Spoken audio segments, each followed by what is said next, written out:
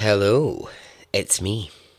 Before we get to the story, just to clarify something, the central figure in this story, in this episode, is a child. However, fear not when I begin to talk about a child story. I can assure you it's not one of those gruesome ones that you're going to hear on another true crime podcast. It's really just more bizarre than it is anything else. But there won't be any descriptions which will make you want to turn the episode off, I assure you. I told you it was real. No one believes me. And I'm not making it up. Sometimes it's hard when we hear things that we don't know how to process. Things that we think can't be true. And we can all be a little bit guilty of bending the truth, telling large stories, or misremembering details. But what if you were so convinced that something was true and nobody believed you? Welcome to Extraordinary Stories Podcast.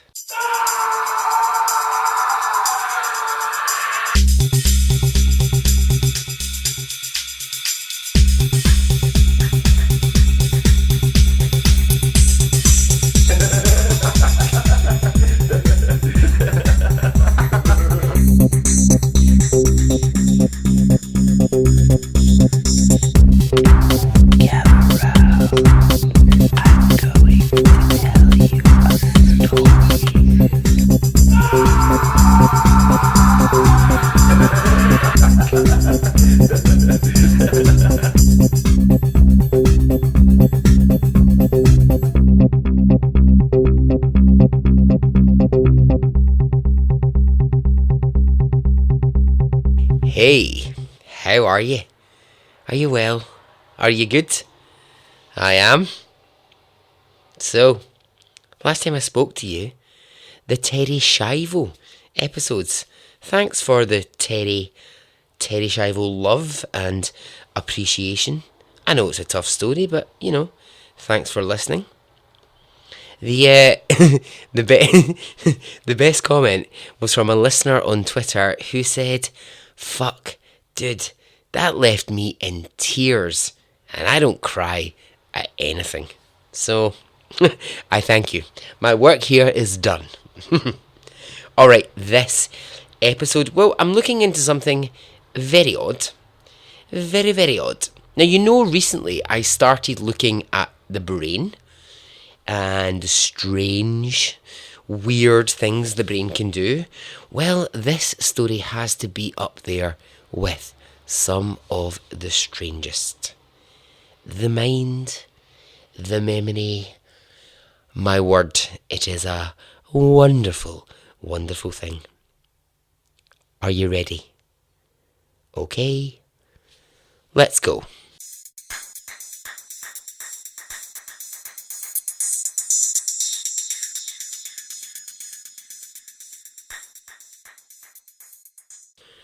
Okay, so our story starts in my very own hometown of Glasgow. Glasgow, as you might have heard me call it before. The Weege. Sometimes it's called the Weege. I hate that one, but it sometimes gets called that. I don't actually really know where it comes from, but yeah.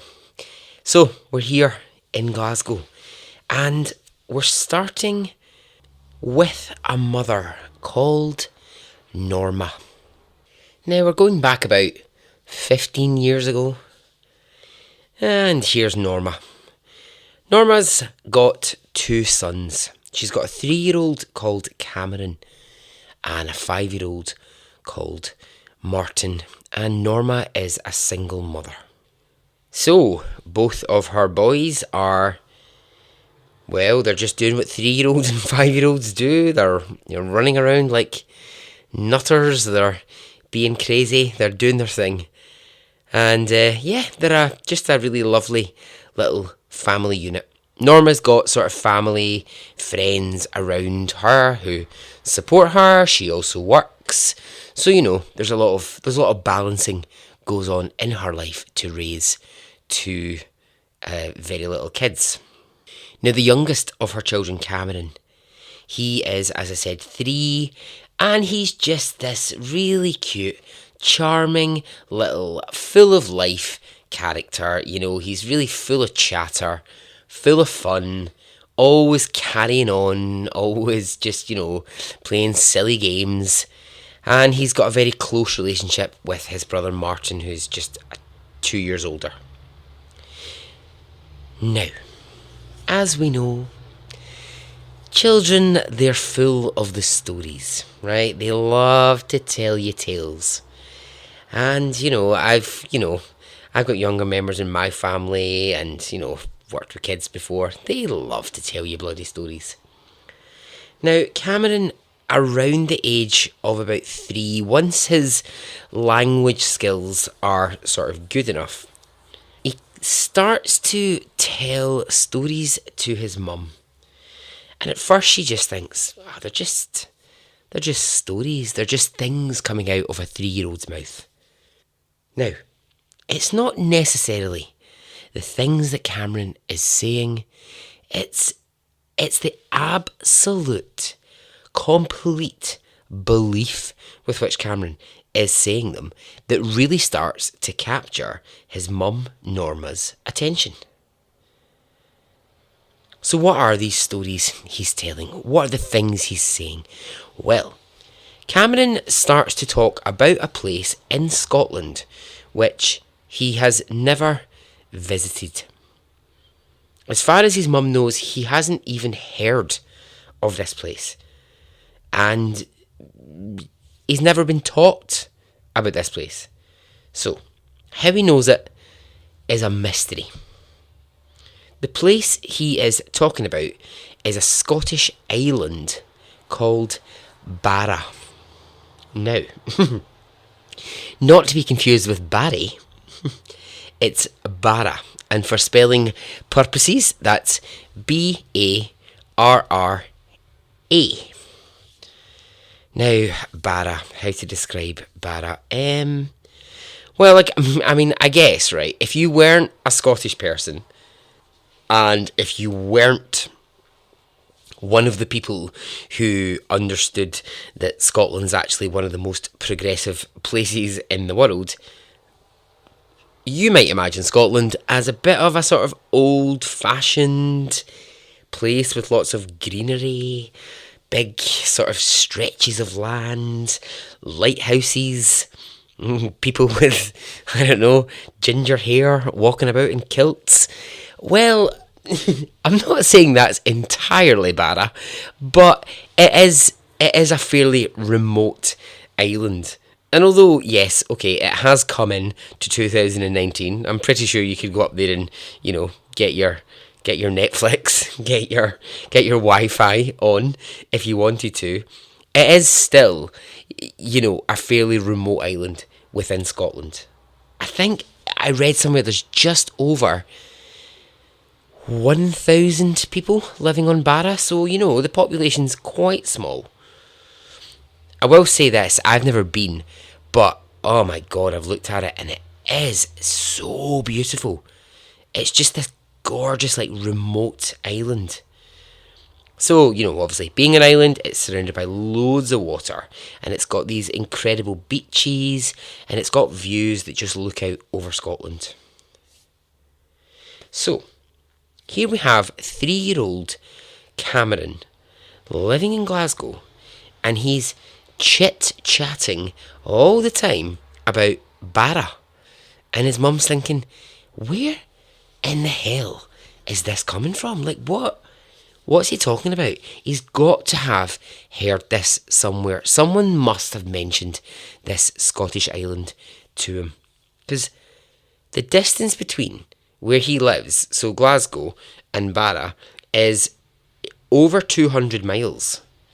So the only way you could really get there is by an aeroplane or by a very, very long boat journey. So, however, Cameron will keep repeating the same story. And the story is this. He says, I lived in Barra with my family. I lived in the White House with my mum, my dad, and my 3 brothers and sisters. So his mum, she starts to question this. She's like, right, he's picked this up from somewhere. He has seen this on TV, some kid's TV show, because, he lives in Glasgow, so it's got to have been the TV. So when she's asking him questions about, okay, so if you lived on this island of Barra, and you had a mum, and you had a dad, and you had a family, then how did you get here? And he says, I fell through the hole, and that's how I got to you. Okay. She says, Cameron, what do you mean you fell through the hole?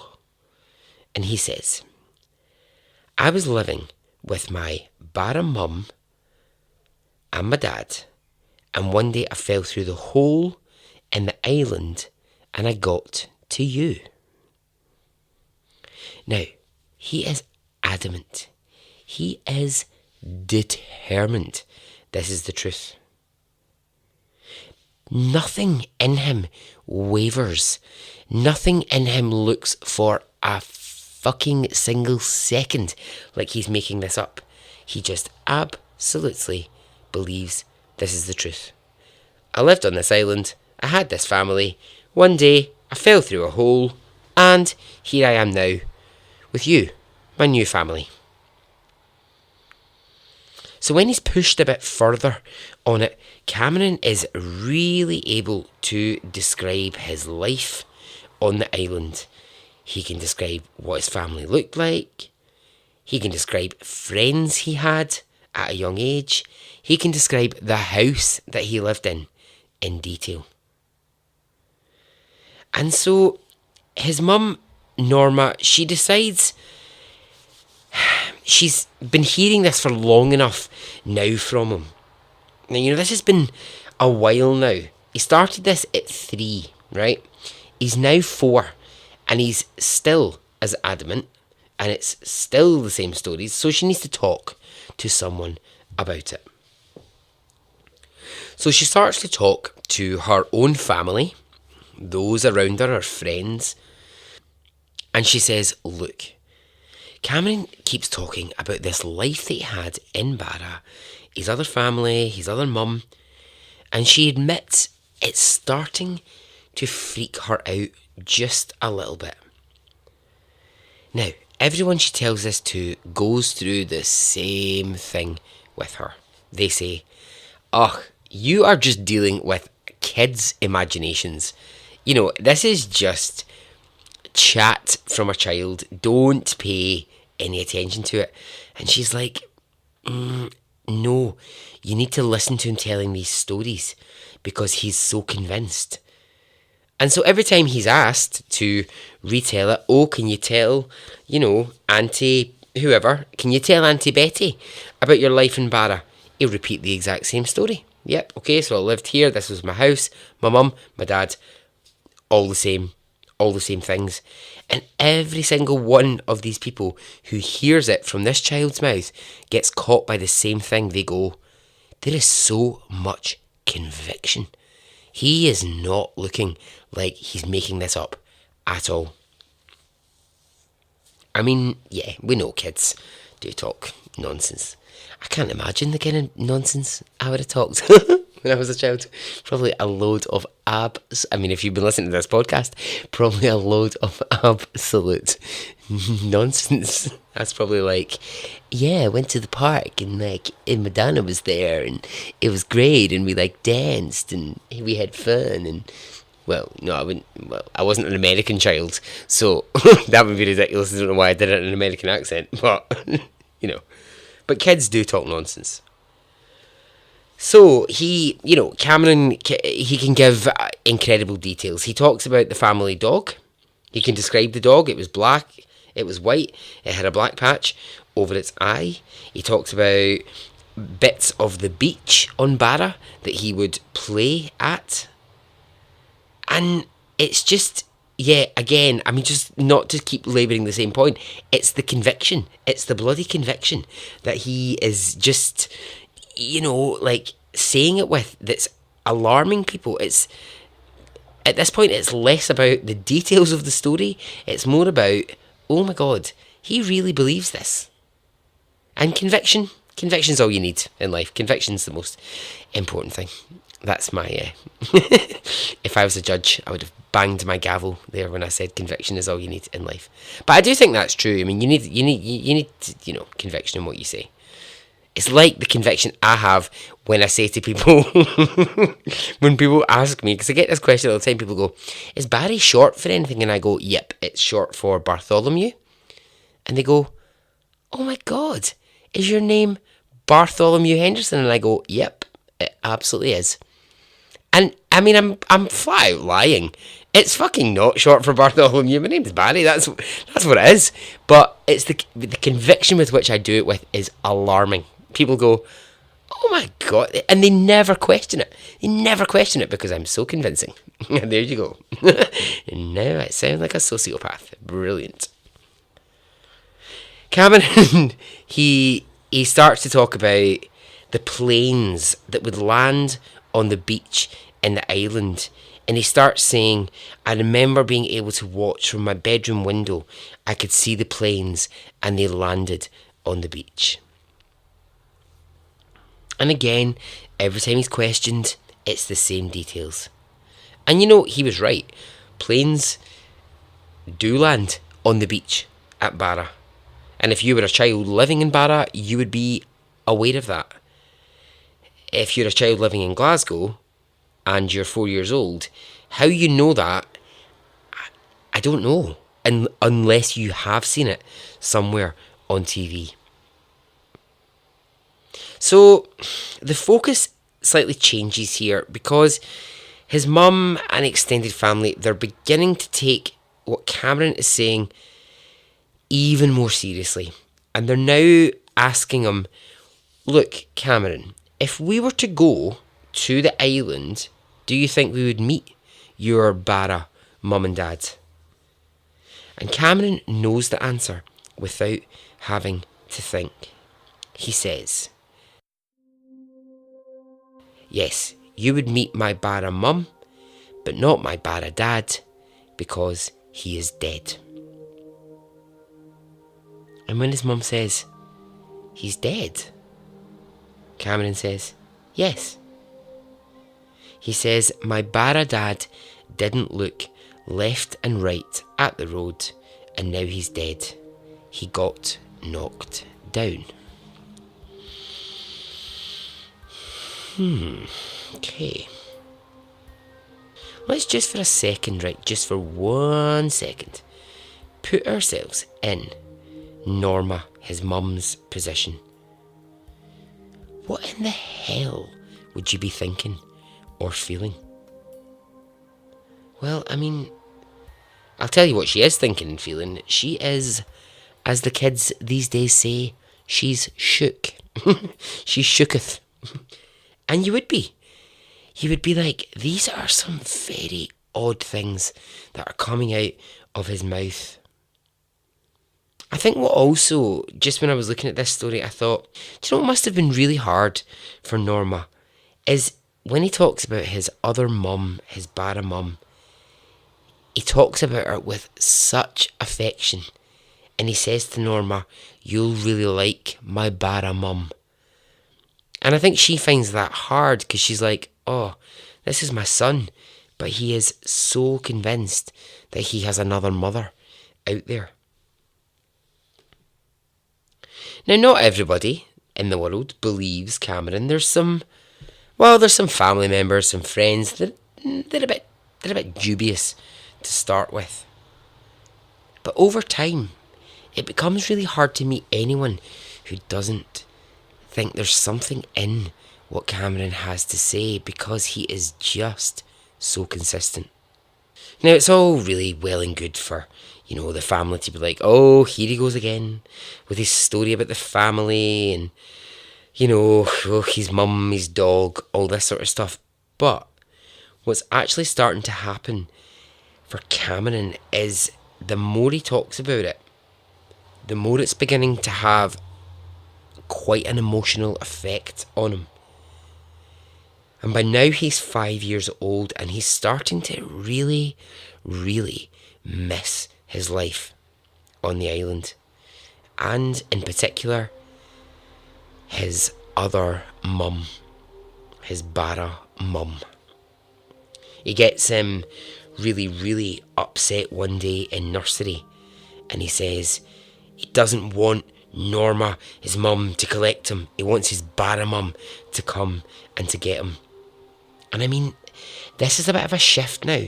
It's gone from I'm just telling these stories about things that I remember, things that I know, to actually it's now having a real emotional effect on him. And it's making him upset. So yeah, Norma's mum, she's having a tough time here. And I think what makes it harder is Cameron starts asking if he can go to the island. He says to his mum, my other family must be missing me. They must want to know where I am, so can I go back and see them? Now, I'm sure we're all thinking, rationality has to play some kind of part here. Of course it does. I mean, how the hell could it not? But Norma is thinking, well, I do need to get to the bottom of it. And still in some ways she's thinking, is this all from the TV? Is this from a story he's been told by someone else? So in the journey to find a rational explanation, she seeks the help of a man called Dr. Chris French, who is a psychologist. Norma, she goes to him and she explains the situation. So this doctor, he hears Norma's story about Cameron and he says immediately, I think what you're dealing with is false memories. I don't think it's any more than that. I think Cameron's having memories that just, they don't exist. He thinks they do, but they're false. And again, this doctor will just go down the road that so many other people have. They've gone, listen, he's seen something on the telly. He has been told a story at school. A family member has told him something. And Norma, she's... I really like Norma in this story and I really feel for her. I think there's a big weight on her here. Her child's unhappy because he's missing a life that he's telling her he existed in, and she's dead strong in the situation. She's trying to do the best for him. When the doctor says all this about false memories and it's all been picked up through somewhere else, Norma, she kind of shuts the theories down and she's like, well, you're saying to me it could potentially be TV. I don't think so. She's like, I watch TV with Cameron and I have since the day he started watching it. I've never seen this island on TV, so how he has, I don't know. And when the doctor says, okay, but, a family member could have told him the story, Norma goes, well, no, because I know all the family members. I know all the friends. I've been round them all and asked them. I've been to his school and I've asked, have any teacher in this place ever mentioned Barra? No mention of it. So it's not coming from the places that the doctor is trying to kind of tell her that it is. And then she asks this question, and I think it is a really good one. She says, I've got two sons who are close in age. They're only 2 years apart. So if they both watch the same TV programmes, they both know all the same people, they went to the same school, they're taught the same things, Why would one of them be so convinced about this place that he had lived in, and yet the other one had never heard of it? How is that possible? Again, this doctor, all he can say is, I think you're dealing with false memories. So, false memories, well, what are they? I think I've kind of talked around false memories before. I mean, it's basically where a person believes something so deeply and so truthfully that they can see it in their head and they talk about it like it's real, which to them it entirely is. I found a few different bits and pieces of stories as I did my research. This one really jumped out at me and I went, fuck, that is really strange. There is a man and a woman who live in America and they had been married for about 10 years. They were in their mid-30s. And one night during dinner, the husband says to her, do you ever think about your sister? About her death? And his wife says, what in the hell are you talking about? We've been married for 10 years. You know I'm an only child. I've never had a sister. And he says, yeah, your sister. And he names her. He gives her a name, Laura. He says, your sister Laura. She went to the dentist and she died. Now, this guy is in his 30s. He's not a child. He completely and utterly believes that his wife, who he's been married to for 10 years, has a sister who died at the dentist. This sister never existed. I mean, you can also, within false memories, go down, and potentially I should for another episode, the road of the science behind implanting false memories into people, which is something that happens. I know there's lots and lots of stories out there about police corruption and times when witnesses to crimes get false memories implanted in their head. I think you know that brilliant project, the Innocence Project, which works to sort of get people out of prison or off of death row who've been accused of things. Often what their stuff comes down to, when they can actually prove that this person who was supposedly waving a knife about and stabbed 10 people didn't, often it will be because when a witness has been questioned about it, they've been given false memories. So yeah, so you know, it's a whole world. So back to Cameron and Norma.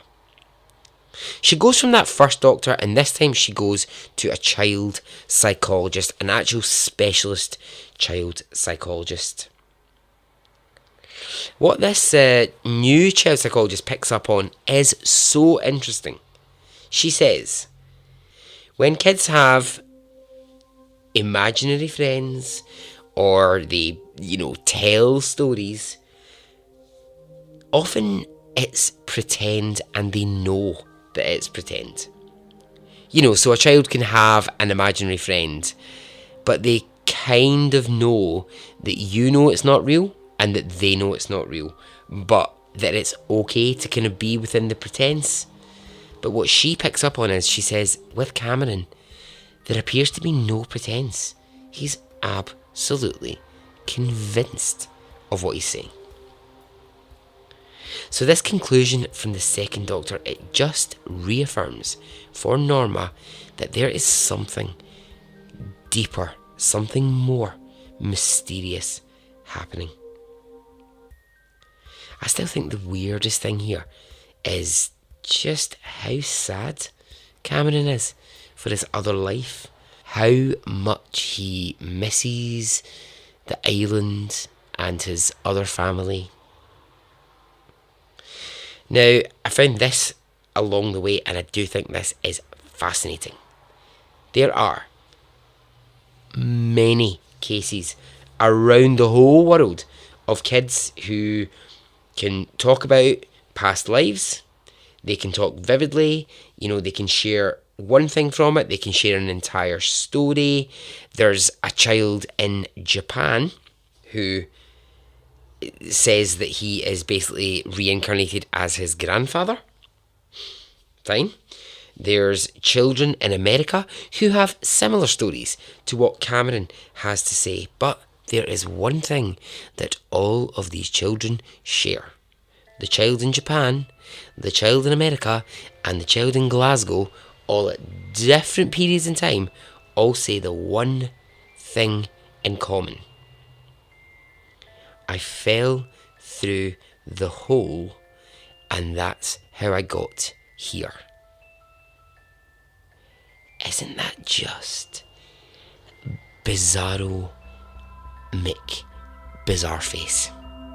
I think that is so weird that you can have these such desperate, such distanced kids all going through the same thing, but they'll all share one thing.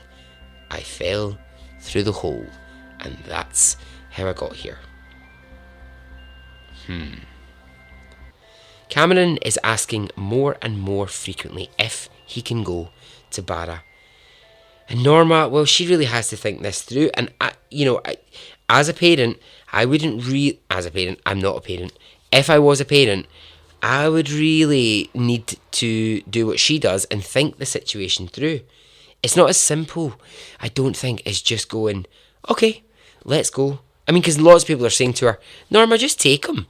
Just go to Barra. Just get on the boat, take him to Barra. And she's like, well, yeah, but that's ridiculous, because what if we get there and it's completely not what he's built up in his head and it breaks his heart? That's one thing to consider. What if we get there and a lot of what Cameron's saying is true? What do I then do? And I think that's a really valid question. And as a mother, she has to ask that. What would you do? I'm asking you generally. Phone in. Let me know. Call the hotline. Yeah, No, I would go. I think I would need to. I just think would I? Yeah, let me think. Yes, I would. Yes, I would, out of my own natural curiosity, but also because I do think it would be the best thing for... If that was my child. If I had a child who was saying these things to me. Yeah, okay. I think I would go.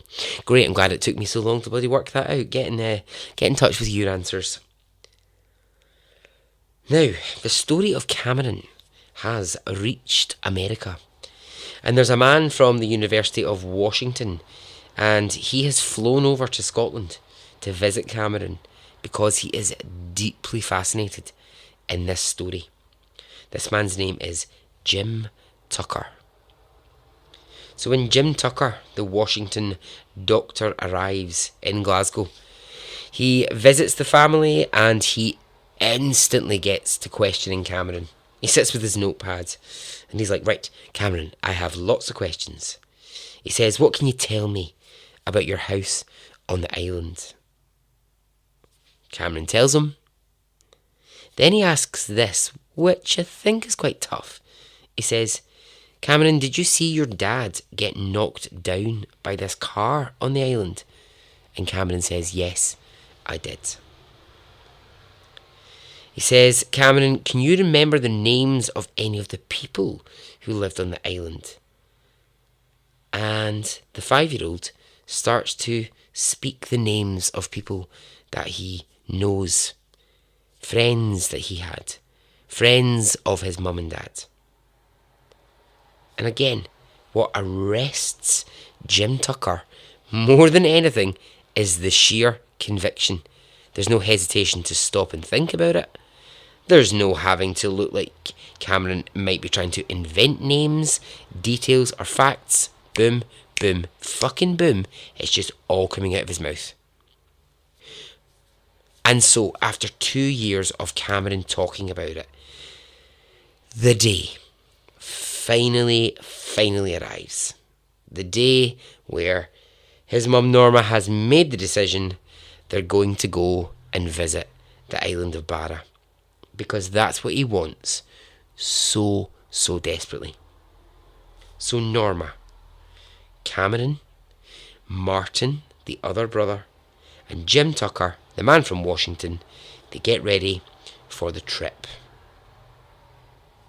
And there are so many questions. What the hell is going to happen when they get there? Will the house that he has described in detail exist? This white house, he keeps describing it as it's a white house and there were rocks below it and it was near the beach. Now, are they going to find this house? Are they going to find anybody on that island that can help them in this quest, or is it just going to be a waste of time? The hope of the visit is that it'll help Cameron through the thoughts, the memories, and perhaps maybe he won't recognise things, and so might work out for himself that, something's not right in what he's saying, or is right. Who knows? So, when they get to Barra, which they travel to by aeroplane, the plane, of course, where does it land? It lands on the beach. And of course, what's the first thing Cameron says to his mum and to his brother and to Jim Tucker? He says, "I told you it was true. This is where the planes land. I used to watch them all the time." I mean, okay, that's step one. And it's not really concrete proof of anything. But, for Cameron, he's like 5 years old going, "I told you this is where the planes landed." Jim Tucker asks Cameron, "How do you feel now that we're on the island?" And he says, "I'm happy to be back." So the exploration of the island begins, and they pass lots of remote houses and little shops, and Cameron will point at things and say, "Oh, I know the people that live in that house," or I used to go to that shop and buy things, or "See that street over there? I used to play football on that street." He'll say, "I can't remember anyone's names, but I do know them, and they know me." He points at lots of landmarks, and he talks about having visited them before, and he tells his mum that, "Oh, there's this bit of the island and you're not supposed to go there because if you go to that bit, it's very dangerous." And he adamantly insists that he recognises every bit of it. So Norma, she asks him, "Well, what do you want to do now that we're here?" And he says, "I want to go to the beach and I'll show you the things I used to do on the beach." So, still being very rational about it, Jim Tucker and Norma, they let Cameron go play on the beach, and while he's looked after by some other adults, they head away to meet a local historian. And he's a local historian who knows the island very well, and they want to ask him just about these names that Cameron keeps putting out there. Are they real? Do they mean anything? They try to, figure out, was there a man who was knocked down by a car who lived in this white house that he's describing? But they hit a bit of an issue when they get to the historian. The name that Cameron keeps giving for his Barra dad that he's so convinced of is Shane Robertson. Now, according to the historian, this name does not exist. He can't find it anywhere. But they say, well, look, he's so clear about other things. The house, the planes. What they say to him is, from the things that we can describe, that Cameron tells us, can you work out what time period might he be talking about? And the historian says, I'm going to guess it's probably around about World War II is when I think Cameron's memories or his thoughts are coming from. So, World War II, what would that be? 1994. No, fuck. No, 1994. Sorry, my brain saw the number 4 in my head. 1914? Was that the war? I'm saying that with uncertainty in my voice because I'm not a historian. Yeah, I think that's right, is it? Yes, I believe, right? Welcome to the History Podcast. I believe the war started 1936 and ended 1914. Yes. So he's talking roughly in that period. Definitely, everyone, I can assure you, World War II did not happen in 1994. Okay? Anyway, do you know what's clear from this? What we've learned from this? I'm rubbish at history. I don't care about history. Fuck off. Don't care about it. I only care about history if it's stories, historical stories I can tell. I mean, this local historian, he has a job. I could not think of a worse job for me to do. I genuinely couldn't. Like, if it was about telling stories, maybe. If it was about remembering dates, knowing when things happened, nah. I have no knowledge or interest in that whatsoever. So, he deduces, sounds like Cameron might be talking about World War II. Using kind of what Cameron has described from what he used to see from his bedroom window and what he remembers of the beach, he says, I think he could be talking about the north of the island. That seems like a good sort of fit. And so Norma and Jim Tucker, they pack Cameron into the car and they drive to the north of the island of Barra. And Cameron is really excited. He's so excited to go back and see his home. Norma is incredibly anxious that he will or he won't recognise things. And as his mum, she's very nervous about his emotional state. Jim Tucker, he's just fascinated to find out what's actually going to happen. So they drive around the north of the island. They pass lots of white houses. They're near the beach, but Cameron doesn't recognise any of them. It's so weird, this, right? Because he's being asked questions like, Cameron, what did your mum used to look like? And he say things like, well, she had long hair and then she got it cut short. My dad used to wear striped shirts. He's got such conviction in these details, and yet they're showing him all these houses, and he can't recognise any of them. So, what that does is, to Cameron, it doesn't really actually dampen his spirits as much as you might think. He's still running around the island, shouting at the top of his voice that he loves being home. He feels like he's finally at home. So, his mum has to sort of take that into consideration somewhere. Again, once more, and my God, this poor 5-year-old child must be exhausted by this point. He gets asked to describe the house, the dog. What details can you remember? And he'll say, the things I mentioned earlier. It's a white house. It overlooked the beach. There were rocks below it. That's what I can remember. But there is no white house that sits overlooking the beach with rocks below it. And there is no documentation to prove that the names Cameron is giving are the names of people who ever existed or lived on Barra. And so, it's game over. It's back to square one. Whilst he remembers these things, they just don't physically exist, and they never have.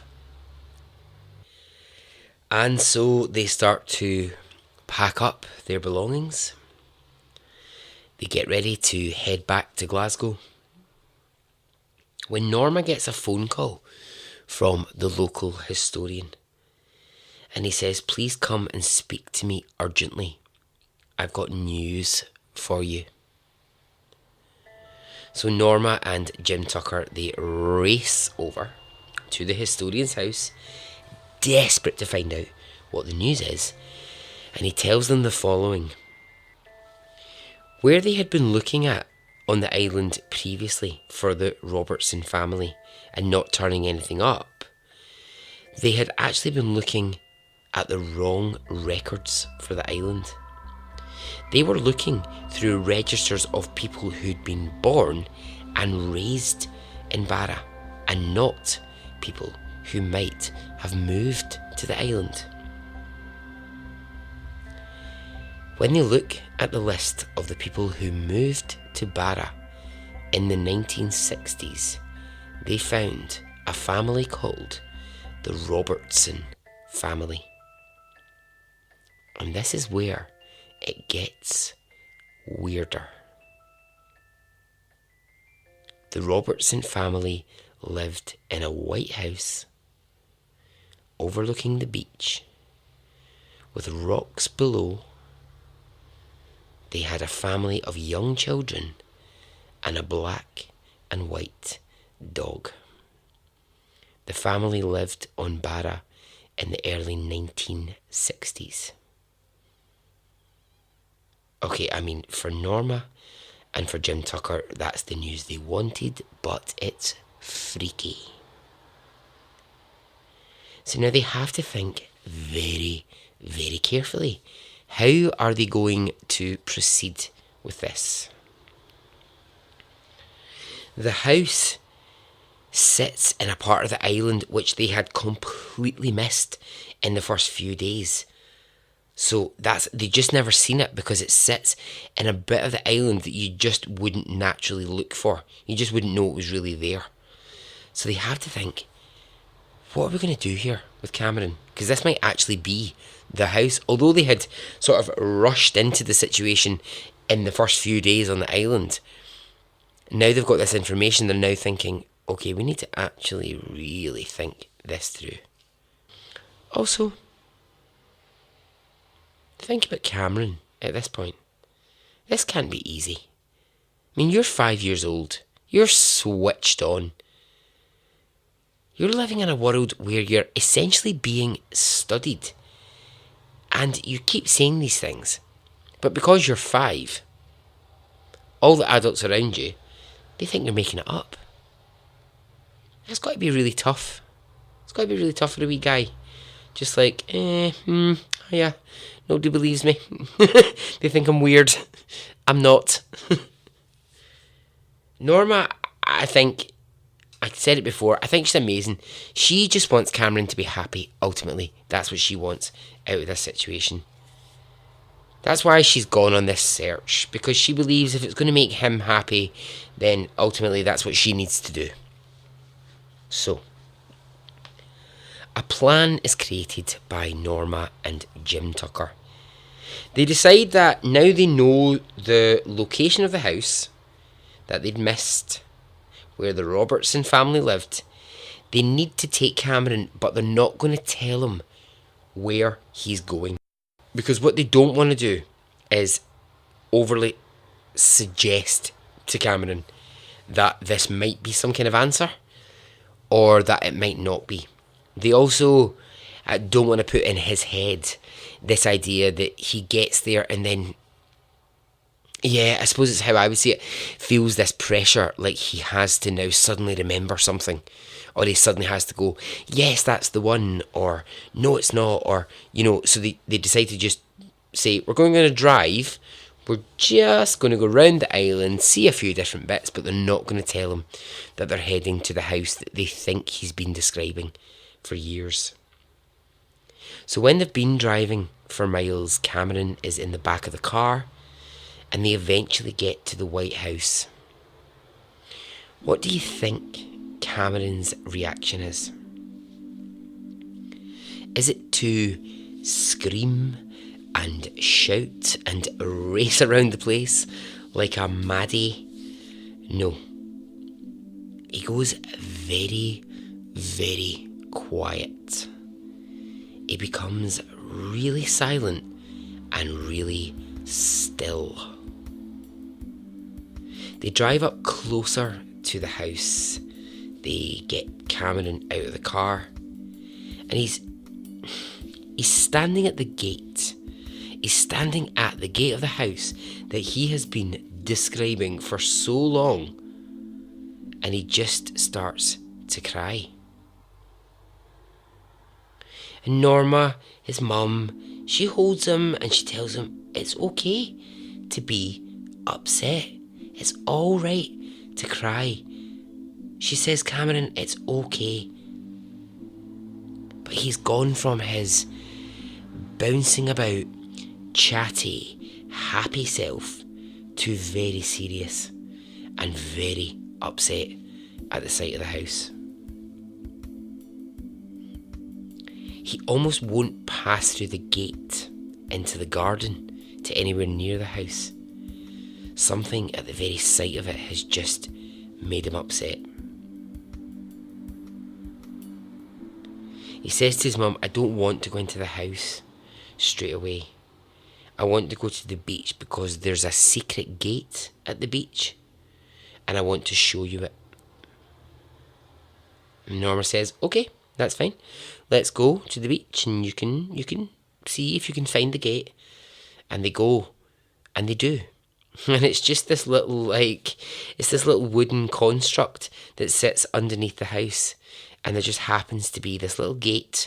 There's pebbles on one side, there's a few pebbles on the other, and you can just open and shut the gate. And Cameron goes, that's the gate I was just telling you about a second ago.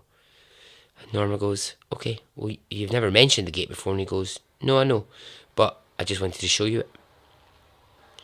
So they go back up to the house. He's less upset. And Norma says, do you want to go in? And he says, yeah, okay, let's go in. Now he's less upset, but he's still very, very quiet. And they walk from room to room, round they go. And when he's asked questions about the house, he'll point at rooms and he'll say, that room there is where my sister slept. And that one there is where me and my brother slept. That was my mum and dad's room. That's where we used to eat dinner. And again, it's just the conviction. There's no pretense. He's not making it up as he goes round. He's just pointing it out as a fact. In a really, really sad moment for Cameron, he goes into the living room. He sits down and he gets really, really quiet. And he looks like he's going to cry. And his mum, Norma, she comes up to him and she gives him a cuddle. And she asks him this question, and I think this must be hard for Norma. But she says, Cameron, are you upset because you thought that your Barra mum was going to be here? And in a really quiet voice, he says, yes, I thought she would be here. And Norma says, do you really miss her? And he says, yeah, I really miss her. And he cuddles into Norma, his actual mum, and he cries and cries. At the end of this visit to the house, they decide it's time to leave Barra and take Cameron back to Glasgow. So when they get back to Glasgow, Norma starts her own investigation into the Robertson family. She now knows lived in that house and did exist. And she uses a genealogist to trace the family. And unbelievably, she finds a living memoir What? Hello? Hi there. That's right. Speak English, Barry, if you can. she she find. Hi there. Yeah, good. And testing, testing, 1 2 testing. Hi there. I apparently have lost all ability to speak. She finds somebody who lived in the family. For fuck's sake. Spit it out. She finds a woman called Jilly Robertson. Now, Jilly Robertson lives in Scotland, and she would have been in the extended Robertson family around the time that Cameron has been talking about. I mean, that's pretty crazy. Because then she would have known this child, if this child existed. It's just so very weird, very confusing. So this woman, this Jilly Robertson, could potentially validate beyond what Cameron has been through emotionally, could potentially validate everything that he's ever said. Norma, because, she's been really open with Cameron about everything so far. She tells him that, Jilly Robertson exists. They've found someone who could be from his family, his Barra family. And Cameron freaks out. He is such, a kind-natured, calm little boy. But all of a sudden, at this news that there is a family member from the Robertson family who knows the island of Barra and might have existed at the time that he did, he starts to lose his mind. He starts getting really violent with his brother. He starts screaming the house down. He starts asking all these bizarre questions obviously he's 5 and he can't work out the timelines necessarily, and he's going, is this woman who exists, is she going to be my sister? Who's she going to be? Is she my aunt? What the hell? Who's this? And what must be going on in his brain is really crazy. One of the things that he gets really concerned about is he thinks that now that a family member from that family exists, that he might be sent back to live on the island. Norma assures him that won't happen. During the conversation that she has with Jilly, she confirms lots of things. Yes, the Robertson family did live in that house. Yes, there was a black and white dog exactly as Cameron had described. And yes, the descriptions of where people slept in what rooms is exactly what he said. Was there a father that was knocked down by a car? No. Or at least not that this woman who was part of this family can remember. And so, in the most incredible way, some of Cameron's memories are so accurate and so right, and then other parts just don't add up. Psychologists who are skeptical. What is up with my fucking speech tonight? Skeptical, to start with, will look at Cameron's story and they'll say, there is definitely something here. We might have doubted it to begin with, but there is something here. And so when all of the facts don't line up, every single little bloody detail, they say it's possible Cameron's lived many previous lives, and his brain, because it's 5 and not quite fully formed, it's maybe mixing up a lot of different bits of lives that he's lived before. Once home in Glasgow after the trip to the island, Cameron's chatter and discussion about Barra and his Barra life begins to slowly disappear. Just bit by bit. He stops mentioning it. He stops talking about it. And by the time Cameron is a teenager, all mention of the life that he adamantly talked about for years has stopped. Now, does it validate the theory that this is false memory?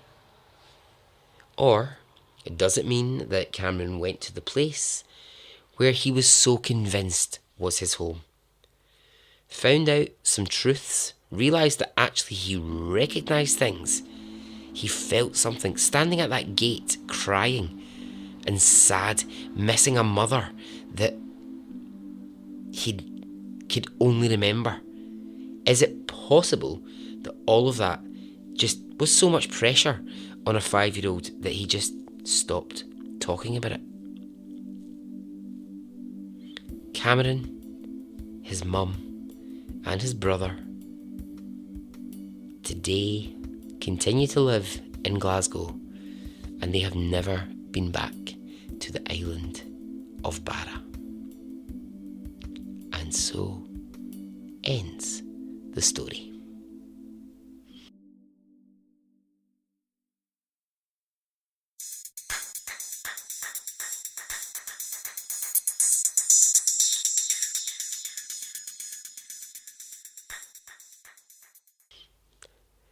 Okay. Right, well, I hope you enjoyed that one.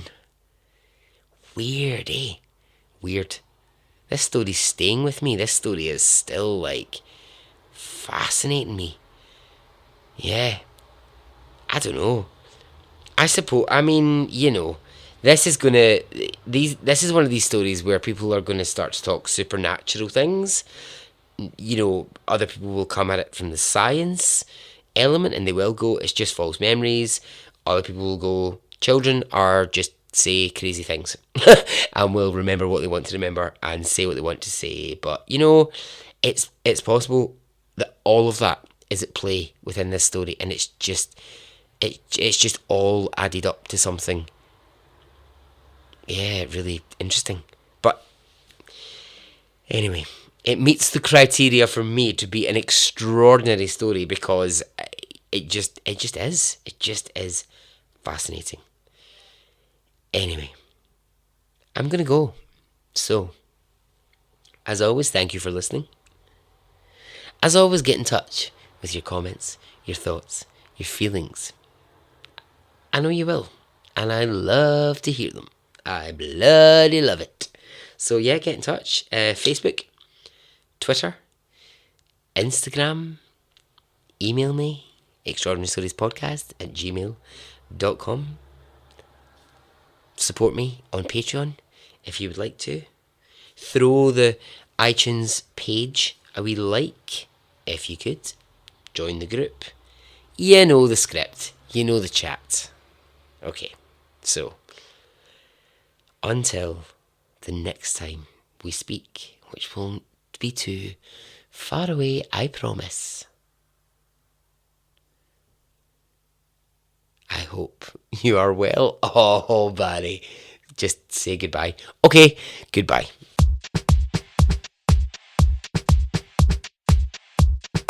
It didn't affect me really one way or the other.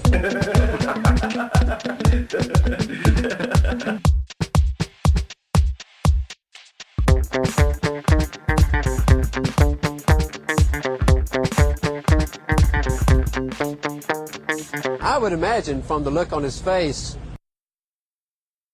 let's get it on, let's do it, let's get it over.